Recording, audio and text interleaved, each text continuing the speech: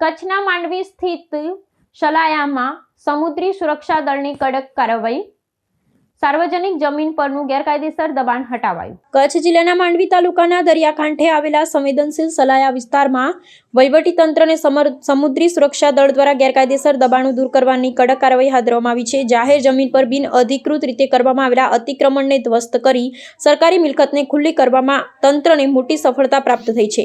પ્રશાસનની આ સઘન કામગીરીથી સ્થાનિક સ્તરે સરકારી જમીન પર ગેરકાયદેસર કબજો જમાવનારા તત્વોમાં ભારે ફફડાટ વ્યાપી ગયો છે। પ્રાપ્ત વિગતો અનુસાર સલાયા વિસ્તારમાં આવેલી સાર્વજનિક અને સરકારી માલિકીની જમીન પર કેટલાક અસામાજિક તત્વો દ્વારા લાંબા સમયથી ગેરમાર્ગે કબજો જમાવવામાં આવ્યો હતો। આ અંગેની બાતમી અને સત્તાવાર ફરિયાદના આધારે સમુદ્રી સુરક્ષા દળ અને સ્થાનિક મહેસૂલ વહીવટી તંત્રના અધિકારીઓએ સંયુક્ત રીતે આ દબાણ હટાવવાની ઝુંબેશ ચલાવી હતી।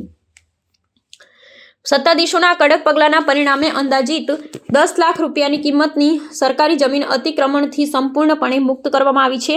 રાજ્ય સરકાર અને જિલ્લા વહીવટી તંત્ર દ્વારા દરિયાકાંઠાના વિસ્તારમાં રાષ્ટ્રીય સુરક્ષા અને કાયદો વ્યવસ્થા જાળવી રાખવાના ભાગરૂપે આ અતિક્રમણ વિરોધી ઝુંબેશ ચલાવવામાં આવી રહી છે। ભવિષ્યમાં પણ જાહેર સંપત્તિ પર કોઈ અનધિકૃત બાંધકામ કે કબજો ન થાય તે સુનિશ્ચિત કરવા માટે કાયદા રક્ષક દળો દ્વારા સતત દેખરેખ રાખવામાં આવશે। તંત્રની આ પારદર્શક અને કડક કામગીરીને સ્થાનિક નાગરિકો દ્વારા આવકારવામાં આવી છે, જેનાથી ભવિષ્યમાં કાયદાનું શાસન વધુ મજબૂત બનશે તેવી અપેક્ષા સેવાઈ રહી છે।